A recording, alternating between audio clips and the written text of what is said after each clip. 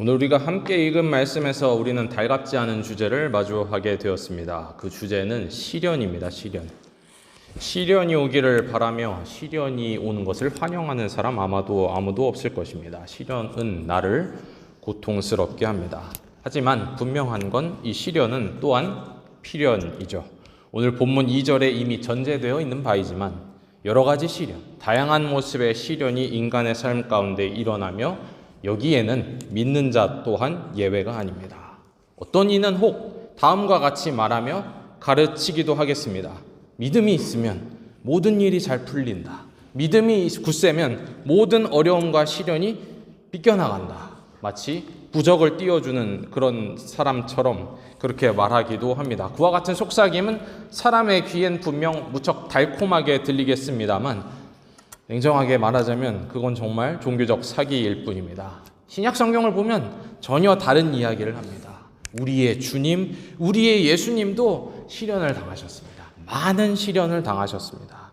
예수를 믿고 따르는 제자들도, 초대교회 신자들도 여러 가지 시련들을, 갖가지 시련들을 겪어야 했습니다. 이 부분에 있어서는 믿는 자들은 세상 사람들과 다를 게 없습니다.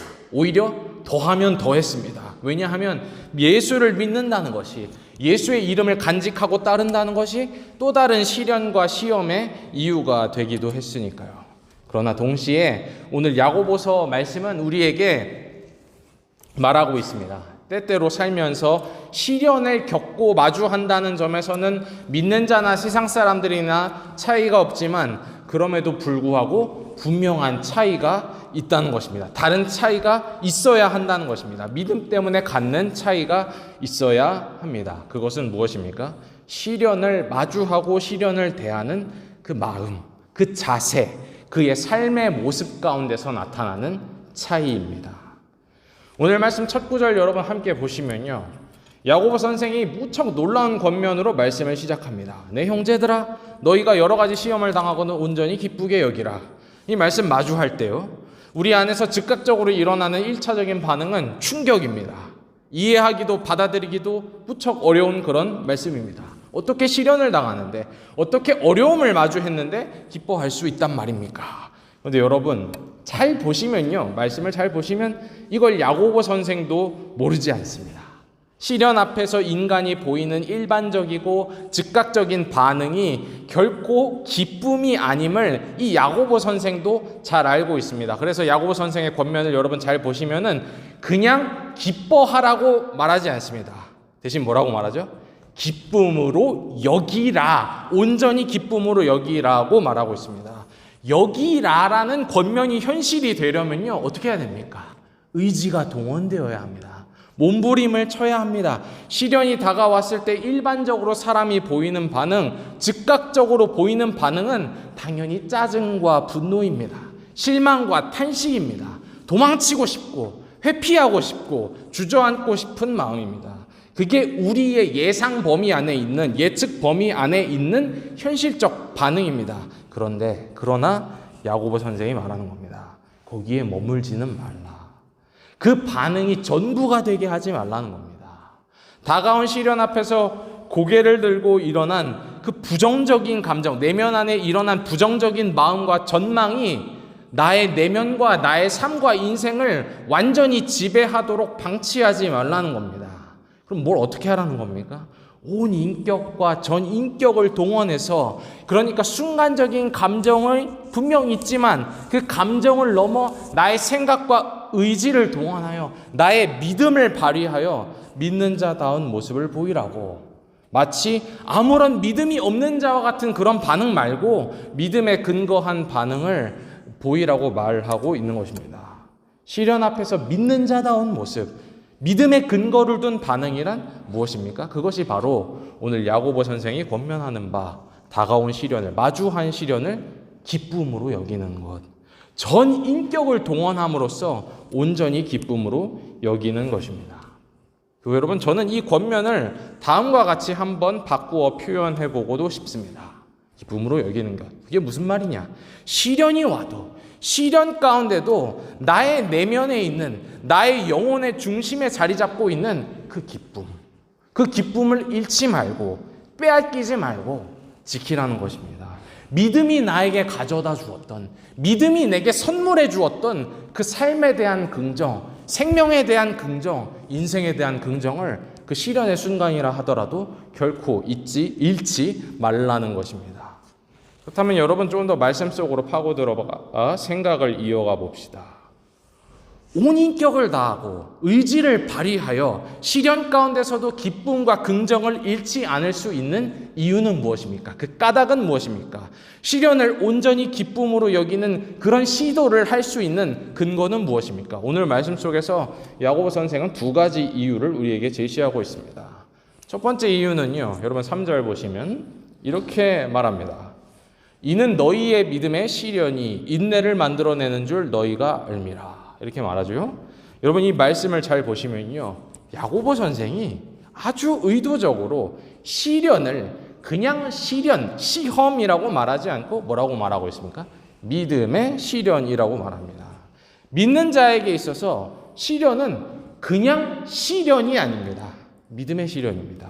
믿는 자는 시련 가운데 홀로 있지 않습니다. 홀로 도전을 마주하지 않습니다. 내 믿음이 같이 도전을 받습니다. 내 믿음이 같이 시련 가운데로 들어갑니다.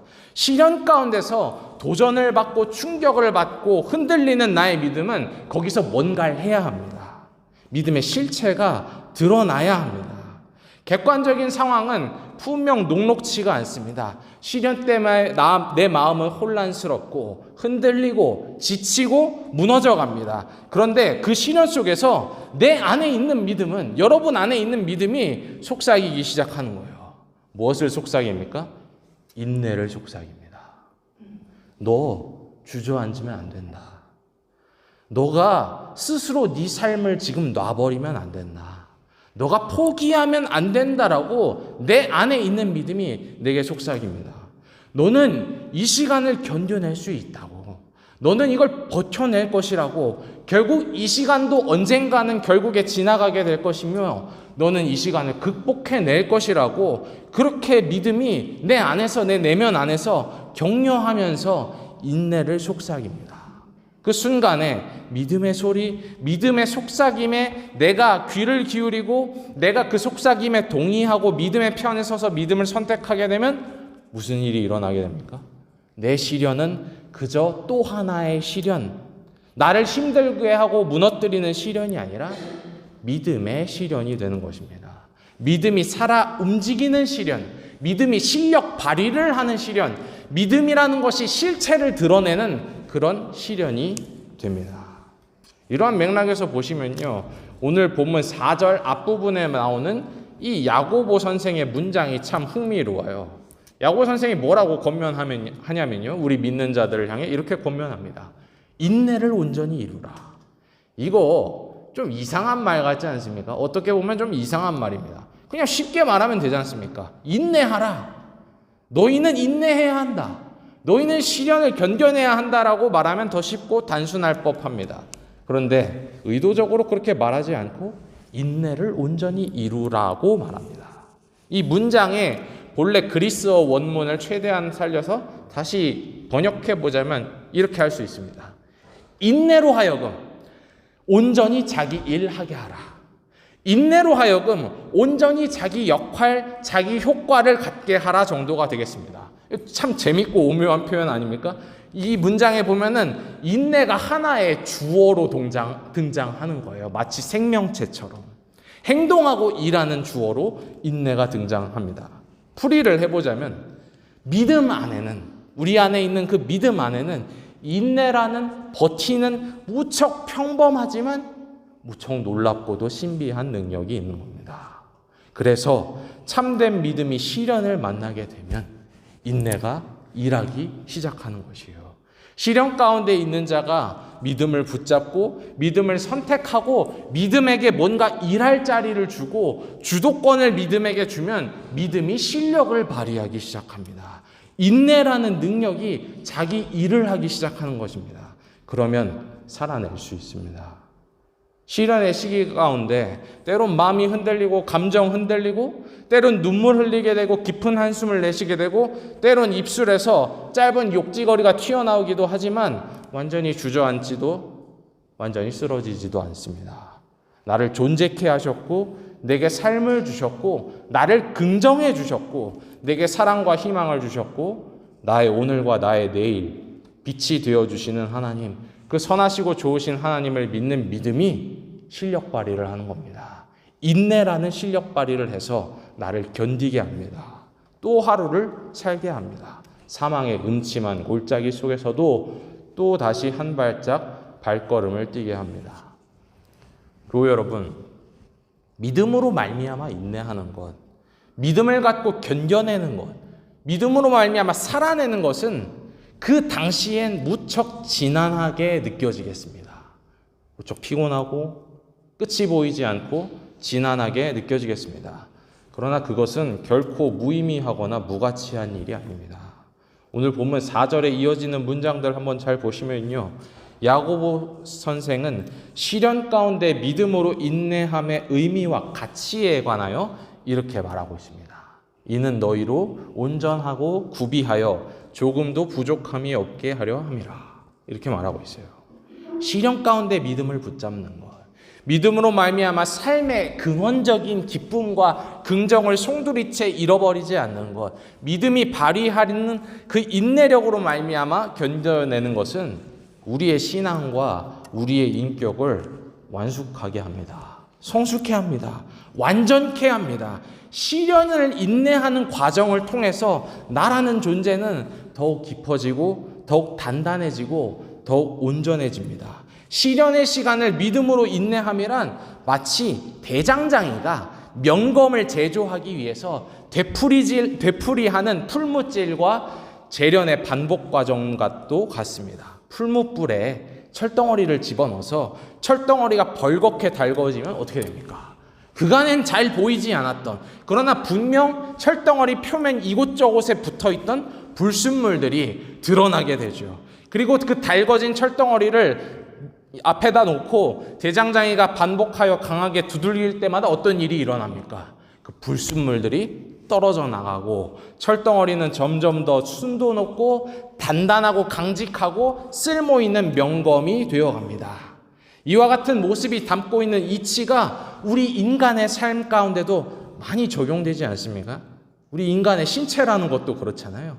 오로지 반복되는 자극과 그 자극을 견뎌내는 과정을 통해서만 우리 신체가 강화되고 근육이 성장해 갑니다. 그리고 인간의 정신과 인격 또한 어느 날 하루아침에 성숙하고 고유한 태를 잡고 개성을 가지고 완성되는 것이 아니라 어떻게 됩니까? 갖가지 도전과 위기와 상황을 맞이하고 그걸 실제로 경험하고 또 그 시간을 통과해냄을 통해서만 완성되어 가는 것입니다. 그리고 이 이치는 한 인간의 믿음, 한 인간의 신앙에 있어서도 마찬가지로 적용됩니다. 위기 가운데서, 시련 가운데서 한 사람의 신앙은 비로소 그 진정성과 실력과 실체를 드러내게 됩니다. 그간 붙어 있었던 신앙의 거품들, 신앙의 허세들, 신앙의 불순물들이 시련 과정 가운데서 나타나게 돼요. 드러나게 돼요. 그러나 아무리 작디 작은 겨자씨와 같은 믿음이라고 할지라도 정말 그 믿음이 진실되고 진정성 있고 살아있다면 시련의 시간들을 인내함을 통해 그 작은 믿음은 성장합니다. 강화됩니다. 믿음이 깊어지고 견고해집니다. 야고보 선생은 이와 같은 시련의 가치, 수수께끼와 같지만 미스테리하지만 이 시련의 가치와 순기능을 알았기 때문에 믿는 자가 시련을 마주할 때 그냥 낙심하고 낙담할 것이 아니라 일반적인 반응을 보이는 것에서 끝날 것이 아니라 온전히 기쁨으로 여기라고, 그 안에 있는, 내면 안에 있는 긍정을 결코 잃지 말라고 말했던 것입니다. 사랑하는 교회 여러분, 마태복음 5장 28절에 보면은 예수님께서 제자들에게 이렇게 가르치셨습니다. 그러므로 하늘에 계신 너희 아버지의 온전하심과 같이 너희도 온전하라. 어떻게 땅 위를 사는 평범한 인간이 겨자씨와 같은 작은 믿음을 가졌을 뿐인 그 인간이 하늘에 계신 아버지처럼 예수님처럼 온전해질 수 있습니까? 도대체 어떻게 그게 가능합니까? 야고보 선생이 대답합니다. 시련이 인간의 영혼과 인격, 그의 신앙, 그의 희망, 그의 사랑을 온전케 합니다. 순도 높게 만듭니다. 같은 맥락에서 사도 바울도 로마서 5장 3절에 보면 이렇게 선언합니다. 이렇게 가르칩니다. 우리가 환난 중에서도 즐거워하나니, 정말 말이 되지 않는 이야기죠. 우리가 환난 중에서도 즐거워하나니 이는 환난은 인내를, 인내는 연단을, 연단은 소망을 이루는 줄 알미로다. 아무리 봐도 인간에겐 시련이란 달갑지 않은 일임은 분명합니다. 저도 시련이 싫습니다. 시련이 오는 게 싫어요. 저도 이렇게 말하고 있지만, 그러나 그럼에도 불구하고 오늘 말씀을 통하여 믿는 자는 분명히 알아야 하는 것이 있는 거예요. 참된 믿음, 진정한 믿음에는요, 그 믿음이 진정한 믿음이라면 아무리 작다고 할지라도 인내하는 능력을 갖고 있습니다. 살아내게 하는 능력을 갖고 있습니다. 믿음이 시련을 인내케 합니다. 우리가 믿음의 소리에 귀 기울이고 믿음을 선택한다면 시련 가운데 나의 내면 속에서 속삭이고 격려하고 도전하는 그 소리에 따른다면 여러분 인내할 수 있습니다. 인내할 수 있습니다. 버티고 견뎌내고 살아낼 수 있습니다. 또한 우리 오늘 말씀을 통하여 믿는 자는 이것도 알아야 합니다. 믿음으로 인내하는 시련의 시간들, 즉 오늘 본문에 나온 것처럼 믿음의 시련은 결코 무의미하고 무가치하지 않습니다. 믿음의 시련은 우리에게 유익합니다. 인간에게, 영혼에게 유익합니다. 믿음의 시련이 사람을 빚어가고 하나님의 형상으로 빚어가고 그 사람을 온전케 합니다. 이제 이어서 두 번째 이유, 야고보 선생이 말하는 시련 가운데서도 믿는 자가 기쁨을 잃지 않을 수 있는 두 번째 이유를 살펴보도록 하겠습니다. 지금까지는 첫 번째 이유였던 거죠. 함께 5절 말씀 보시겠습니다. 한번 같이 읽어보실까요? 너희 중에 누구든지 지혜가 부족하거든 모든 사람에게 후히 주시고 꾸짖지 아니하시는 하나님께 구하라. 그리하면 주시리라. 여러분 이 구절 잘 보시면요, 야고보 선생의 시선이 이동하고 있습니다. 앞 구절까지만 하더라도 이 초점, 시선이 어디를 향하고 있었냐면 우리 인간 내면 속에 있는 믿음을 향하고 있었어요. 그래서 시련 가운데 믿음이 만들어내는 그 인내라는 독특한 능력과 그리고 인내함이 우리의 인격과 믿음에 어떤 유익한 결과를 만들어내는지를 집중적으로 보여주었습니다. 그런데 이 5절에 가보시면요, 이제는 믿음을 넘어서 내 안에 있는 우리 안에 있는 믿음을 넘어서 그 믿음이 가리키는, 믿음이 향하는 대상으로 시선이 옮겨지고 있습니다. 그렇다면 야고보 선생과 함께 질문해 봅시다. 우리는 도대체 누구를 믿고 무엇을 믿는 것입니까? 우리가 누구를 믿고 무엇을 믿기에 시련 가운데서도 근원적인 기쁨과 긍정을 잃지 않을 수 있는 것입니까? 우리가 누구를 믿고 무엇을 믿기에 시련을 인내하고 견뎌낼 수 있는 것입니까? 이 질문 앞에서 야고보 선생은 다음과 같이 분명하게 대답합니다. 우리의 믿음은 하나님을 향합니다. 우리는 하나님을 믿습니다. 우리가 믿는 하나님은 우리에게 인생 가운데 때때로 시련의 시간을 통과해야만 하는 우리들에게 무관심한 분이 아니십니다. 그 하나님은 인색하고 깐깐한 분이 아니십니다. 야고보 선생이 믿는 하나님, 그리고 야고보 선생이 우리에게 가리키는 하나님은 시련의 상황 가운데 처한 당신의 사람들을 바라보십니다.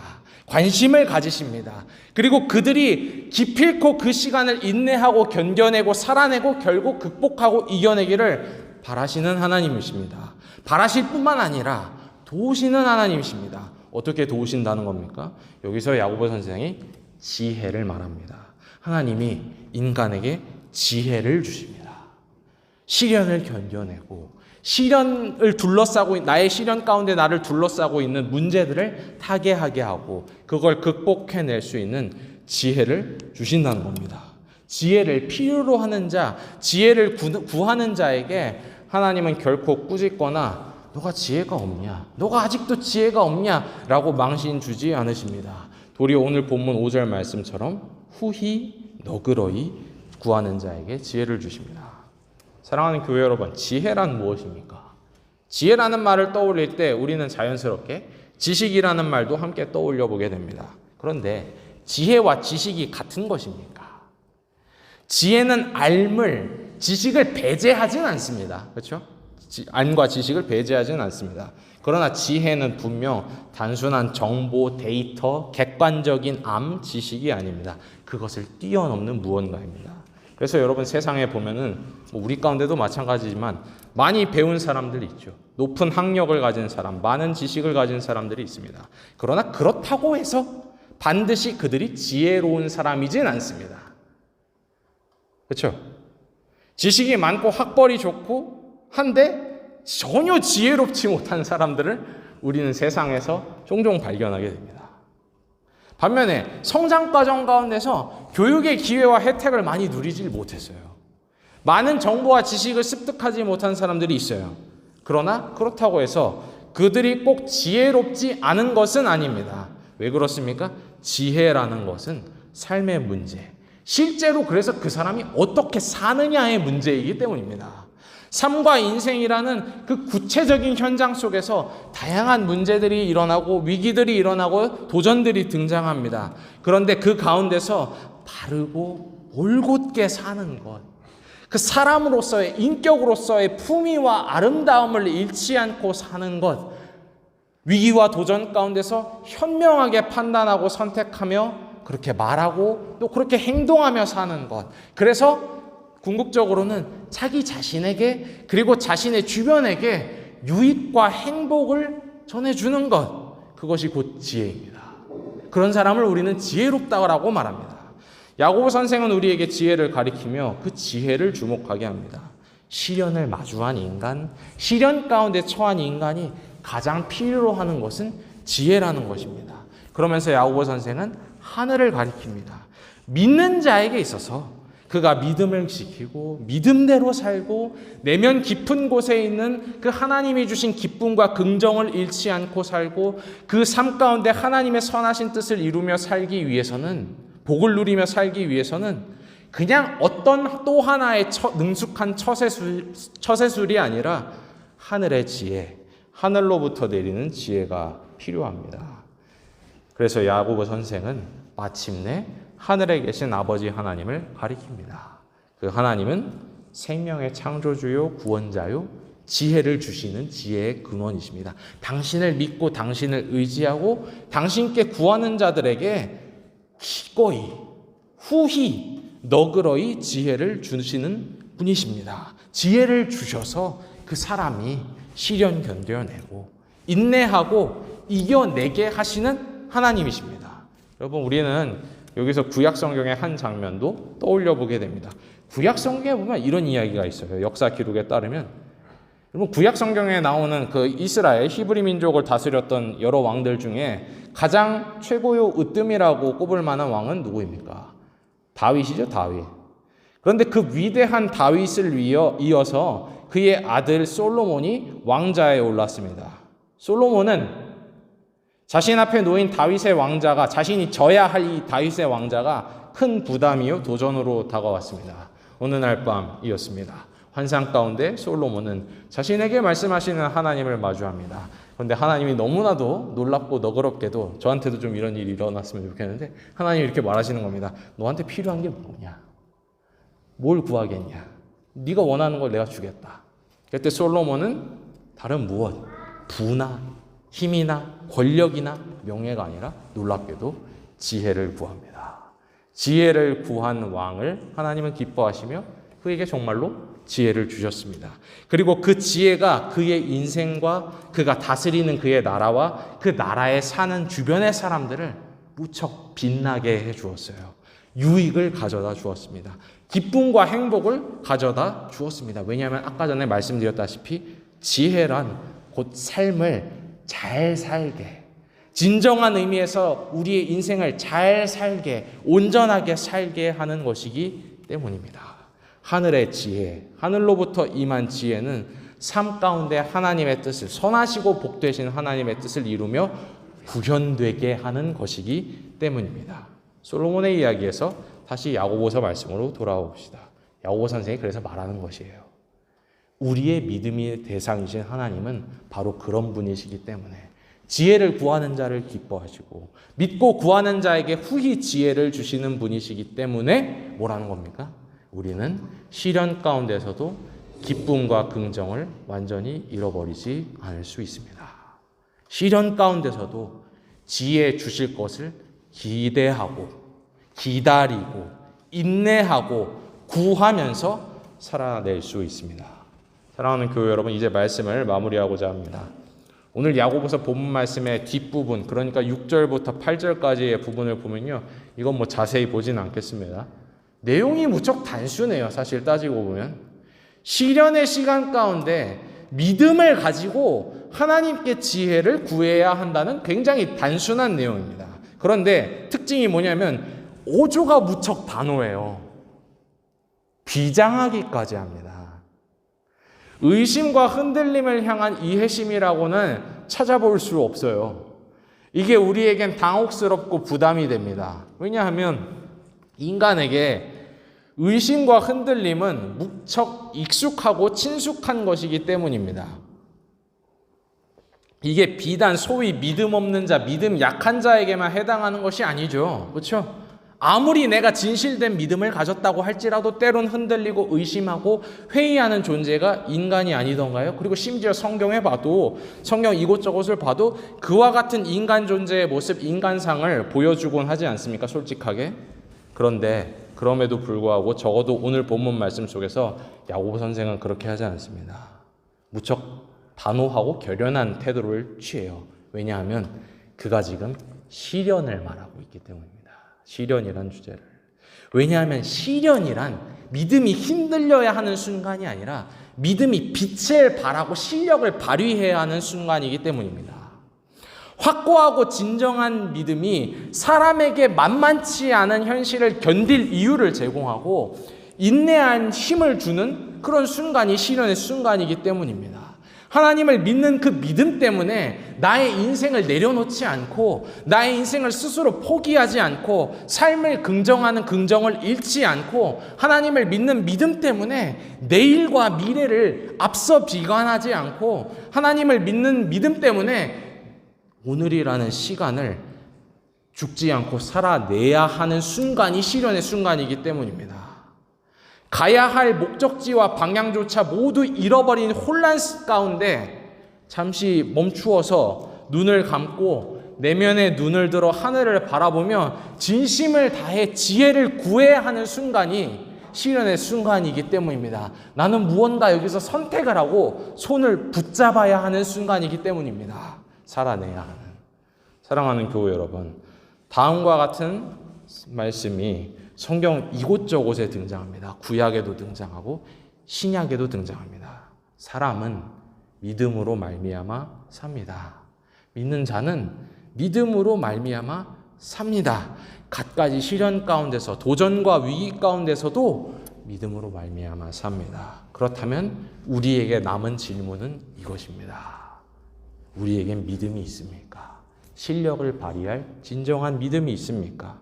시련 가운데서도 나를 살게 할, 내게 의미를 부여해주고 나를 지켜줄 작지만 정말 참된 믿음이 있습니까? 신이라는 미지의 존재에 대한 무슨 관념이나 사상이 아니라 정말 내게 생명을 주었고 내게 현실을 살아낼 힘과 지혜를 주고 내게 그럼에도 불구하고 미래를 긍정할 수 있는 근거가 되는 그 살아계신 하나님을 향한 믿음이 있습니까? 야고보의 이 단호함은 우리를 향해서 믿지 않는 것이 아니라 믿음을 선택하라고 도전합니다.